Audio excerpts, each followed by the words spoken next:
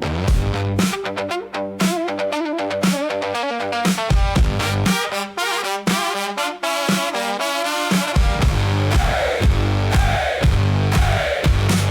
thou to Sir Peire guillem without delay,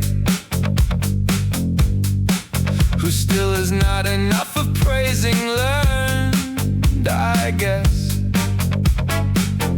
For we never yet saw praise that held good in its stress. If the praiser and the praised one's worth, by the way,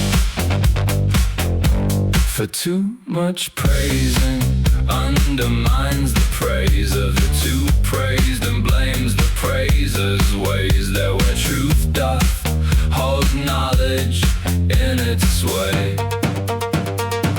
To my lady a voice I send by her honest dress, that it please her not to have excess in praise expressed. For too much praising is blame and failings trace.